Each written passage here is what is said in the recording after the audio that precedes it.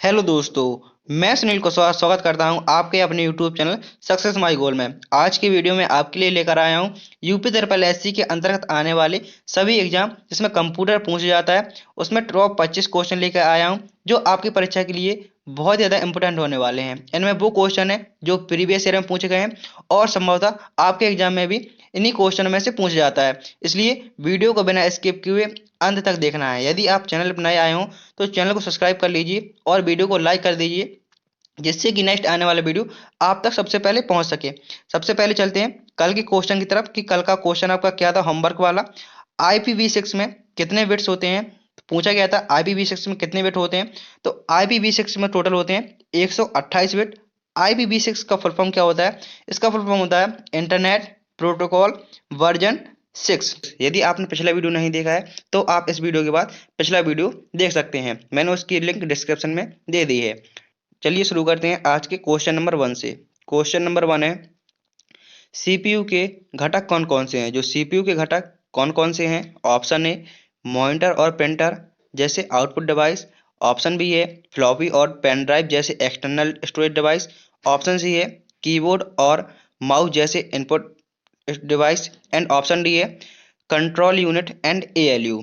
इसका सही आंसर होगा option number D control unit and ALU. इसका फुल फॉर्म होता है एएलयू का अर्थमेटिक लॉजिक यूनिट। पूछा गया था सीपीयू के मुख्य घटक कौन से हैं? तो सीपीयू के मुख्य घटक होते हैं कंट्रोल यूनिट एंड एएलयू जिसका फुल फॉर्म होता है arithmetic logic unit. Next question है क्वेश्चन नंबर 2। क्वेश्चन नंबर 2 में पूछा गया है MS एक्सेल में चुनी हुई सेल में फिल्टर को सुचारू रूप से करने के लिए किस शॉर्टकट कुंजी का उपयोग किया जाता है? जैसे कि आप किसी सेल में फिल्टर को लगाना चाहते हैं तो आपको किस कुंजी का प्रयोग करना होगा? Option A control plus shift plus L. Option B control plus F. Option C control plus L. And option number D है शिफ्ट प्लस एफ। तो यहाँ पर आपका सही आंसर होगा option number A control plus shift plus L. किसी भी cell में फिल्टर लगाने के लिए किसका प्रयोग किया जाता है? Control plus shift plus L. और फाइंड करने की शॉर्टकट की होती है कंट्रोल एफ। और अलाइन को लेफ्ट करने की शॉर्टकट की होती है control plus L. Next question question number 3। Question number 3 में पूछा गया है निम्नलिखित में से कौन इनपुट डिवाइस नहीं है? दी हुई ऑप्शन में से कौन सी इनपुट डिवाइस नहीं है? Floppy drive, mouse, keyboard, micro processor. इनमें से कौन सी इनपुट डिवाइस नहीं है? यहाँ पर आपका सही आंसर होगा option number D micro processor है। माइक्रो प्रोसेसर आपकी इनपुट डिवाइस नहीं है। कीबोर्ड इनपुट डिवाइस है, माउस इनपुट डिवाइस है और फ्लॉपी ड्राइव भी आपकी इनपुट डिवाइस है। यहाँ पे डिस्क्रिप्शन है floppy drive keyboard mouse scanner microphone digital camera तथा कीबोर्ड इनपुट डिवाइस है, जबकि माइक्रो प्रोसेसर एक मल्टीपर्पज प्रोग्रामेबल डिवाइस है जो डिजिटल डेटा को इनपुट के रूप में एक्सेप्ट कर उसे अपने मेमोरी इंस्ट्रक्शन के अनुसार प्रोसेस का आउटपुट देता है। तो मीन्स ये आपकी आउटपुट डिवाइस है। Next question question number 4। Question number 4 में पूछा गया है रैम निम्नलिखित में से कौन रैम के बारे में सही नहीं है? मीन्स रैम के बारे में कौन सा गलत है? ऑप्शन नंबर ए है रैम कंप्यूटर के बंद होने पर डेटा को स्थायी रूप से स्टोर करता है। ऑप्शन बी है रैम को मुख्यतः एस रैम और डी रैम में बांटा गया है। ऑप्शन सी है रैम रीड मेमोरी है। ऑप्शन डी है डेटा प्रोग्राम प्रोग्राम रिजल्ट को स्टोर करने के लिए सीपीयू की आंतरिक मेमोरी है। तो यहाँ पर आपका क्वेश्चन में पूछा गया था कि रैम के बारे में सही नहीं है, तो रैम के बारे में आपका ऑप्शन नंबर ए सही होगा कि रैम होता है ये डेटा को स्थायी रूप से स्टोर नहीं करता है। रैम का काम होता है कि डेटा को अस्थायी रूप से स्टोर करना है, ना कि स्थायी रूप से स्टोर करना। यहाँ पर आपका ए ऑप्शन सही होगा। रैम का फुल फॉर्म होता है random access memory. Data program और रिजल्ट को कंप्यूटर के रनिंग टाइम को स्टोर करती है। जो आप कंप्यूटर पर कार्य करते हैं सिर्फ जो रैम होता है उसको स्टोर करता है, ना कि आपकी जैसे लाइट चली जाती है तो जैसे ही आप कोई डेटा सेव नहीं किया है तो वो हट जाएगा, उसको कहते हैं अस्थायी डेटा सेव करना। तो रैम का काम होता है डेटा को अस्थायी रूप से सेव करना। आप यहाँ नीचे डिस्क्रिप्शन पढ़ सकते हैं रैम कितने प्रकार के होते हैं। रैम मुख्यतः दो प्रकार के होते हैं D RAM and S RAM को। D RAM and S RAM को रिफ्रेश करने की आवश्यकता नहीं होती, जबकि जो डी रैम होता है उसको बार बार रिफ्रेश करने की आवश्यकता होती है। नेक्स्ट क्वेश्चन क्वेश्चन नंबर 5 में पूछा गया है उपयोगकर्ताओं और कंप्यूटर हार्डवेयर संसाधनों के बीच एक इंटरफेस के रूप में कार्य करता है, जो उपयोग करता है और कंप्यूटर हार्डवेयर संसाधनों के बीच इंटरफेस का कार्य करता है। Option number A operating system, option B utility software, option C compression software and option number D है स्प्रेडशीट। तो यहाँ पर आपका सही आंसर होने वाला है option number A operating system, जो उपयोगकर्ताओं और कंप्यूटर हार्डवेयर संसाधनों के बीच एक इंटरफेस के रूप में कार्य करता है। ऑपरेटिंग सिस्टम एक सिस्टम सॉफ्टवेयर है जो उपयोगकर्ताओं और हार्डवेयर के मध्य इंटरफेस का कार्य करता है। Next question, question number 6।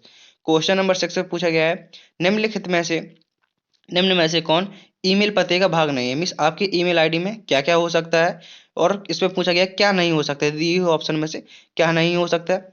तो ऑप्शन ए डॉट हो सकता है, ऑप्शन बी @ होता है जैसे कि @gmail.com होता है, स्पेस स्पेस नहीं होता है, अंडरस्कोर होता है जैसे कि आप कोई ईमेल आईडी बना रहे हैं तो ईमेल आईडी क्या होता है, आप ईमेल आईडी में स्पेस नहीं दे सकते। जैसे कि आपकी कोई भी ईमेल आईडी है तो आप उसमें सबसे पहले आप कुछ भी नाम डालेंगे, आप नंबर दे सकते हैं, @ दे सकते हैं, जैसे @ तो होता ही है, आप डॉट लगा सकते हैं और आप अंडरस्कोर भी लगा सकते हैं, लेकिन आपकी ईमेल आईडी में कोई भी स्पेस नहीं होता है। इसलिए आपका यहाँ पर आंसर होगा ऑप्शन नंबर सी। जो ईमेल आईडी होती है, ईमेल आईडी में आपका स्पेस नहीं होता है। ईमेल का फुल फॉर्म होता है इलेक्ट्रॉनिक मेल, इंटरनेट की सहायता से सूचनाओं के आदान प्रदान का एक माध्यम होता है। इसमें प्रत्येक यूजर का एक यूनिक ईमेल एड्रेस होता है।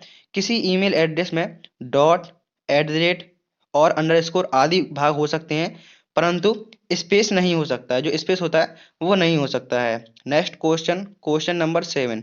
क्वेश्चन नंबर 7 में पूछा गया है निम्न माइक्रोसॉफ्ट एक्सेल का फंक्शन का क्या होगा। जो आपको फॉर्मूला दिया है, लिखा गया है कि इक्वल पावर 2, 10, यहाँ पे कॉमा लगा हुआ है, 2, 1 सेकेंड, यहाँ पे पावर 2, 10, 2, 10 का मतलब क्या होने वाला है यहाँ पर, तो आपको यहाँ पे पता होना चाहिए कि जो क्या मतलब होता है पावर का।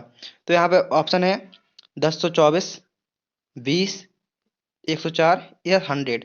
इसका आंसर क्या होने वाला है, तो इसका आंसर होता है जैसे पावर लिखा है पावर 2, 10, तो इसका मतलब होता है कि 2 की पावर आपका 10 लिखा हुआ है, जो पीछे वाली संख्या है वो पावर है और जो आगे वाली संख्या है उस पर वो पावर लगेगी। तो आप जब इसके 2 की पावर 10 निकालेंगे तो आपका आउटपुट आएगा 1024। जैसे कि आप 2 दूनी 4 दूनी 8 दूनी 16 दूनी 32 दूनी 64 128 256 512 और 1024। जब आप दो दो गुणा 2 10 10 बार करेंगे, मीन्स 2 की पावर 10 लगी है, तो क्या होगा, यस 10 बार लिखेंगे तो कितना आपका आउटपुट आने वाला है 1024। किसी भी संख्या में यदि ऐसा लिखा है, यदि यहाँ पर 5 लिखा होता 5, 2, तो इसका आउटपुट आता है आपका 25। मीन जो आगे वाली संख्या है उस पर पीछे वाले की आपकी पावर चढ़ेगी। यहाँ से आपको समझ में आया कि यहाँ पे क्या निकलवा रहा है, जैसे कि वर्ग होता है उसी प्रकार से उसमें स्क्वायर लग रहा है। जैसे वर्ग निकालेंगे स्क्वायर लगाते हैं, यहाँ पे 2 की पावर 10 लग रही है, तो पावर का मतलब होता है कि आगे वाली संख्या पर पीछे की घात लगना। तो यहाँ पर आपका आंसर होगा 2 की पावर 10 का मतलब होता है 1024। Next question, question number 8। Question number 8 में पूछा गया है क्रैक क्रैकर्स दो स्पून हैकर्स हैं जो सूचनाओं की चोरी करने का क्षति पहुंचाने के उद्देश्य से सुरक्षित प्राणियों में घुसपैठ करते हैं और अन्य किसी नाम से जाने जाते हैं। वो मतलब मिस किस नाम से जाने जाते हैं, जो डेटा की चोरी करते हैं और उनका काम होता है कि क्षति पहुंचाने के उद्देश्य से आपके सिस्टम में घुसपैठ करते हैं, तो उनको क्या कहते हैं, तो उनको कहा जाता है ब्लैक हैट हैकर। इनका काम होता है, जो ब्लैक हैट्स हैकर होते हैं उनका काम होता है कि आपके सिस्टम में आएंगे और कुछ क्षति पहुंचाएंगे और डेटा को आपको चोरी कर लेंगे। तो ये होते हैं ब्लैक हार्ट्स हैकर। यहाँ पे लिखा हुआ है क्रैकर्स दो स्पून हैकर्स होते हैं जो सूचनाओं की चोरी करने या उसे क्षति पहुंचाने के उद्देश्य से सुरक्षित प्रणालियों में घुसपैठ करते हैं। उन्हें ब्लैक हैट हैकर के नाम से भी जाना जाता है। Next question, question number 9। Question number 9 में पूछा गया है अर्पानेट। अर्पानेट का पूर्ण रूप क्या है, तो अर्पानेट का पूर्ण रूप होता है advance research project agency network. तो यहाँ पर आपका ऑप्शन नंबर डी सही होगा, ऑप्शन नंबर सी सही होगा, advance research project agency. ARPANET का फुल फॉर्म होता है एडवांस रिसर्च प्रोजेक्ट एजेंसी। एक क्वेश्चन वो है जो आपके एग्जाम में आने की बहुत ज़्यादा संभावना है, इसलिए इसके फुल फॉर्म सहित याद करेंगे। ARPA, A for advance, R for research, P for project, A for agency, N net बराबर नेटवर्क। विथ मीनिंग याद करके जाना है, क्योंकि आप देख सकते हैं अमेरिकन एडवांस आपके सेम ऑप्शन मिलने वाले हैं, मीन्स थोड़ा थोड़ा चेंज होगा, इसलिए विथ मीनिंग याद करके आना है कि ARPANET की फुल फॉर्म होती है advance research project agency network. Next question, question number 10। Question number 10 में पूछा गया है, इसका एक्सप्लेन पढ़ सकते हैं आप। ARPANET का पूरा नाम advance research project agency network है। अमेरिकी रक्षा विभाग की एक शाखा advance research project agency ARPA ने 1960 के दशक में उत्तरार्ध के में विकास को वित्त प्रोजेक्ट एजेंसी नेटवर्क ARPANET के विकास को वित्त घोषित किया यहाँ पे घोषित होगा। इसका प्रारंभ उद्देश्य पेंटागन द्वारा घोषित अनुसंधान संस्थानों को टेलीफोन लाइनों से जोड़ना था। जो इसका कार्य था, इसको टेलीफोन लाइनों को जोड़ना था। सबसे ज़्यादा जरूरी है कि आपका ARPANET की फुल फॉर्म क्या होती है और इसको कब विकसित किया गया, तो 1960 के दशक में इसको विकसित किया गया। Next question, question number 10। Question number 10 में पूछा गया है, मॉनिटर स्क्रीन पर जब कोई अन्य एप्लीकेशन नहीं चल रहा होता है तो उसको क्या कहते हैं? लॉगिन स्क्रीन कहते हैं, इंटरफेस कहते हैं, डेस्कटॉप कहते हैं या स्क्रीन सेवर कहते हैं। मिस पूछा गया है, जब मॉनिटर स्क्रीन पर कोई अन्य एप्लीकेशन नहीं चल रहा होता है तो उसको क्या कहते हैं? उसको बोलते हैं डेस्कटॉप। जैसे कि आप कभी जब भी कंप्यूटर ऑन करते हैं तो क्या होता है, जैसे कंप्यूटर ऑन होता है जो आपका पहला पेज खुलता है, मीन्स जैसे कंप्यूटर ऑन होता है जिसमें सारे आइकन होते हैं, जैसे स्टार्ट बटन होता है, उसको क्या कहा जाता है? वो पूछा गया है, उसको कहा जाता है आपका डेस्कटॉप। स्क्रीन सेवर वो होता है जैसे कि आप कंप्यूटर चला रहे हैं और आपने कुछ टाइम बाद स्क्रीन सेवर लगाया है कि यदि आप 2 से 3 मिनट या 5 मिनट जितना आप समय देंगे कि आप 5 मिनट तक कंप्यूटर को कोई इनपुट नहीं देते हैं तो आपका स्क्रीन सेवर चलने लगेगा, तो वो होता है स्क्रीन सेवर। लेकिन इसमें पूछा गया है कि जब मॉनिटर स्क्रीन पर कोई अन्य एप्लीकेशन नहीं चल रहा है, बिल्कुल जैसे आपने कंप्यूटर खोला ही है, तो उसको क्या कहेंगे? उसको कहेंगे desktop. Next question, question number 11। Question number 11 में पूछा गया है, कंप्यूटर का सबसे आम प्रकार है, इसका प्रयोग आमतौर पर द्विआधारीय संख्या प्रणाली का उपयोग करके मात्राओं के साथ जानकारी को संसाधित करने के लिए किया जाता है। ये सीधा सीधा कहने का मतलब है द्विआधारी संख्या प्रणाली का उपयोग करके मात्राओं के साथ जानकारी को संसाधन करने के लिए किसका प्रयोग किया जाता है? Option number A hybrid, option number B digital, option number C analog and option number D है कॉम्प्लेक्स।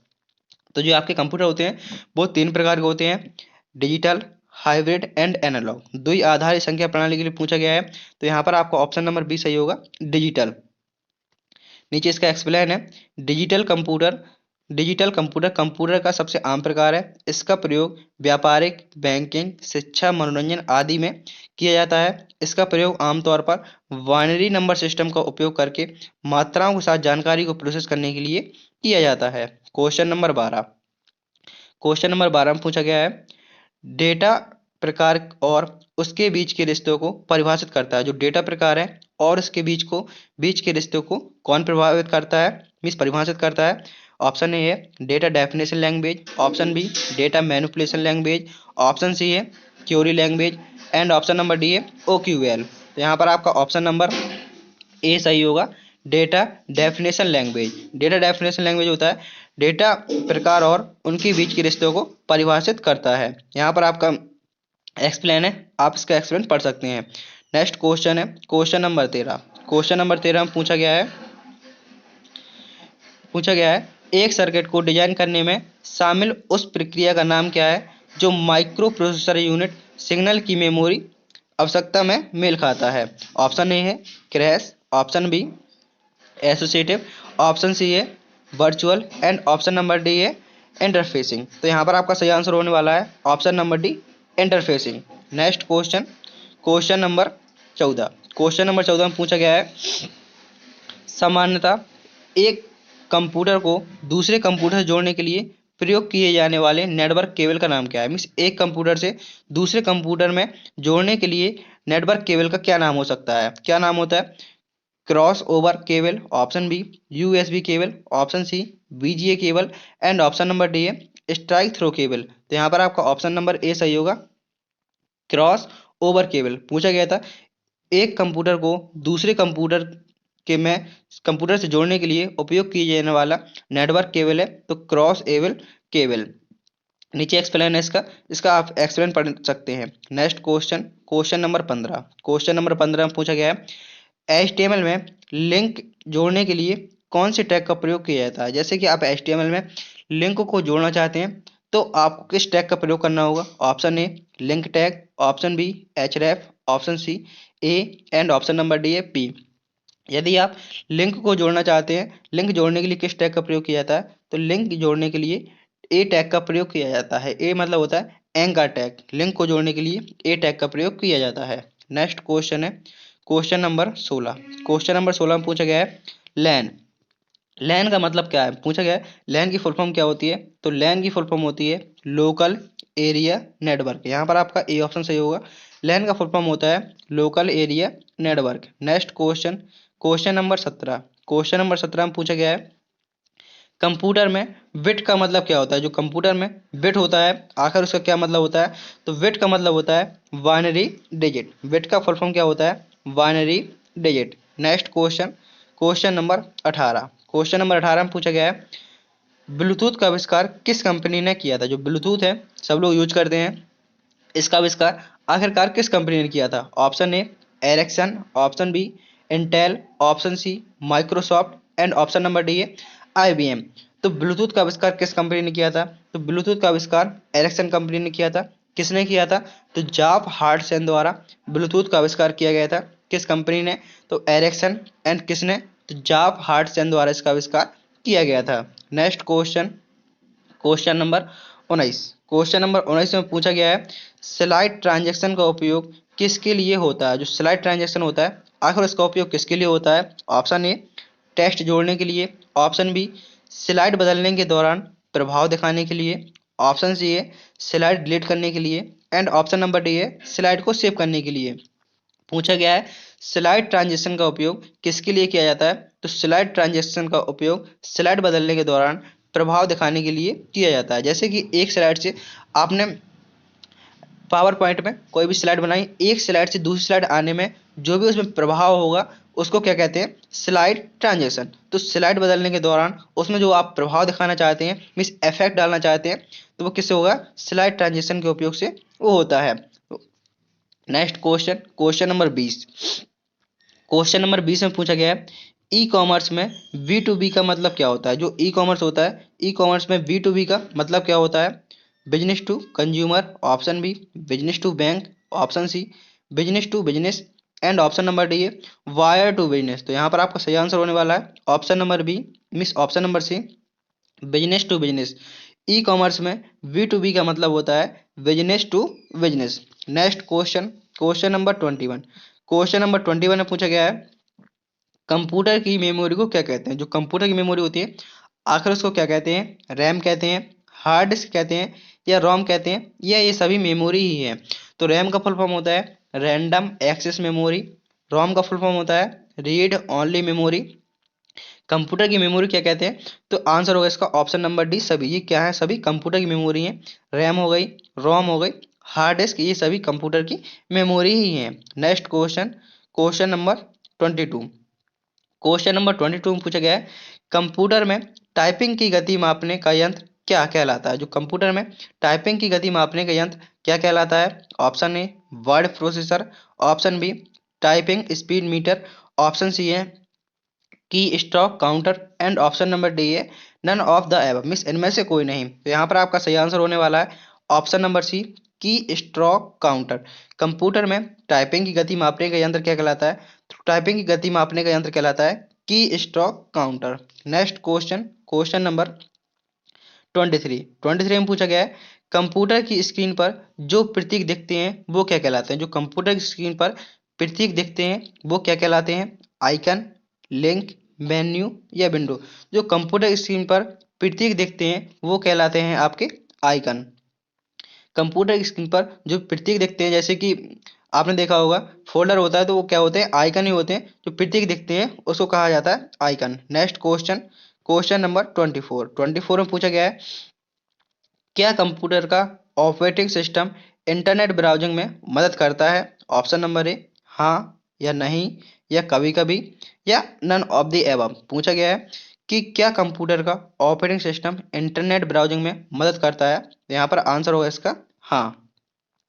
नेक्स्ट क्वेश्चन एंड आपका ये लास्ट क्वेश्चन है। लास्ट क्वेश्चन है आपको 25 में पूछा गया है लिब्रे ऑफिस क्या है। जो लिब्रे ऑफिस है आखिर वो क्या है, एक वेब ब्राउजर है, एक पैड सॉफ्टवेयर है, एक मुक्त ऑफिस सॉफ्टवेयर है या एक ग्राफिक्स डिजाइन सॉफ्टवेयर है? तो यहाँ पर आपका सही आंसर होगा ऑप्शन नंबर सी, एक मुक्त सॉफ्टवेयर। जो लिब्रे ऑफिस है, लिब्रे ऑफिस क्या है? एक मुक्त ऑफिस सॉफ्टवेयर है। तो यहाँ पर आपके 25 क्वेश्चन पूरे होते हैं। एक क्वेश्चन आपका होमवर्क का है, जिसे आपको बताना है माइक्रोसॉफ्ट वर्ड में 2007 में फॉन्ट के आकार की सीमा क्या हो सकती है या क्या होती है? ऑप्शन नंबर ए, 1 से लेकर 1638 तक। ऑप्शन नंबर बी है 8 से लेकर 637 तक। एंड ऑप्शन सी है 1 से लेकर 200 तक। एंड ऑप्शन नंबर डी है 1 से लेकर 100 तक।